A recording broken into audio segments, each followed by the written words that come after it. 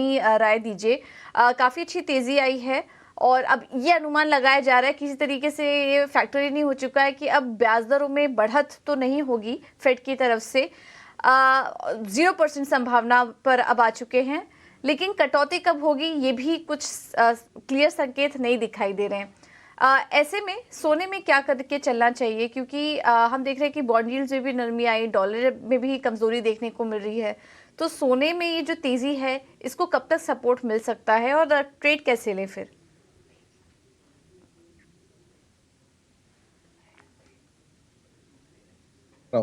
नहीं रुको, मैंने वो जिगर आप अपना माइक म्यूट कर लीजिए।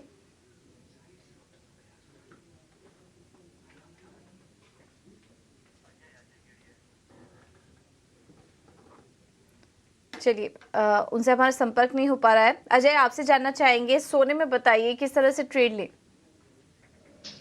हाँ बिल्कुल पूजा जी, गुड मॉर्निंग सबसे पहले। और अगर हम देखें गोल्ड के अंदर, हमने देखा कि कल मॉर्निंग सेशन हमारा बंद था, बट इवनिंग सेशन में हमने देखा कि डोमेस्टिक मार्केट में 61,300 का जो क्रूशियल रेजिस्टेंट था वो तोड़ता हुआ दिखाई दिया। उसका पहला कारण है डॉलर में हमने देखा कि जबरदस्त गिरावट चल रही है। हमने अक्टूबर मंथ में देखा था 107 का लेवल डॉलर इंडेक्स था और अब 103 पे है। तो डॉलर की गिरावट के चलते हमने एक दबाव देखा। साथ में फेड के जो रिसेंट मिनट्स आए थे और मेंबर्स की स्पीच थी, वहां पे हमने डॉविश टोन होते हुए देखा कि 2024 में अब रेट कट हो सकती है, जिसका सपोर्ट गोल्ड को मिला है।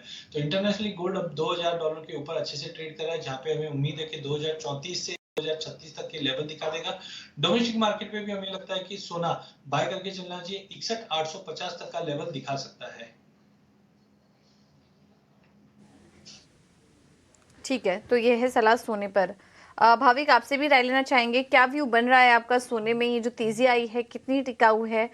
अगर कोई लॉन्ग टर्म इन्वेस्टर है तो उसे किस लेवल पर नजर रखनी चाहिए इस तेजी के बाद, क्योंकि $2,000 के ऊपर तो अब ऑलरेडी आ चुका है।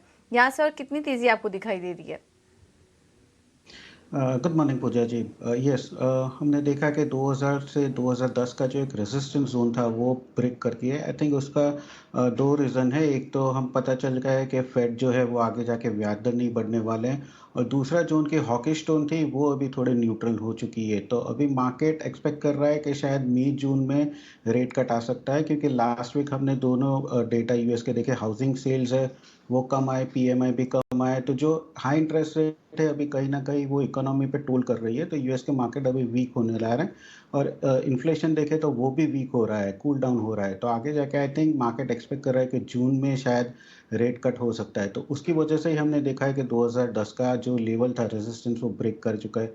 आई थिंक आगे जाके भी वह सस्टेन कर सकता है, तो 2049 तक के कॉमिक्स में लेवल आ सकते हैं। बट मुझे लग रहा है कि एक बार थोड़ा कंसोलिडेट हो सकता है, क्योंकि जब तक कोई प्रॉम्प्टली न्यूज़ नहीं आ रहा है कि यहाँ से फेड रेट कट करने वाले, आई थिंक तब तक साइडवेज ही रहेंगे। तो मुझे लग रहा है कि अगर किसी को पोजिशनल लेना है तो हाँ, 61,000 से 60,000 के बीच में एक अच्छा बेस बन चुका है, तो वहाँ पे बाय कर सकते हैं पोजिशनल व्यू के लिए। और आगे जाके मुझे लग रहा है 60 से 64,000 का भी लेवल देख सकते हैं।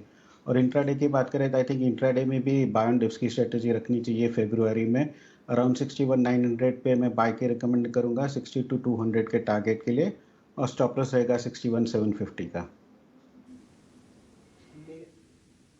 ठीक है, तो ये है सलाह। सोने चांदी पर हमारे दोनों ही एक्सपर्ट की तरफ से कॉल है। गोल्ड में खरीदारी करके चल सकते हैं आप। भावी की तरफ से कॉल आया है, 62,200 के लेवल्स वो देख रहे हैं। और अजय ने भी गोल्ड और सिल्वर दोनों में ही खरीदारी करने की सलाह दी है। और यहाँ पर अजय की तरफ से भी गोल्ड में जो टारगेट है वो 61,800 के, चांदी के लिए 75,400 के लेवल्स यहाँ पर देखने को मिल सकते हैं। तो दोनों में फिलहाल बुलिश व्यू हमारे एक्सपर्ट्स की तरफ से।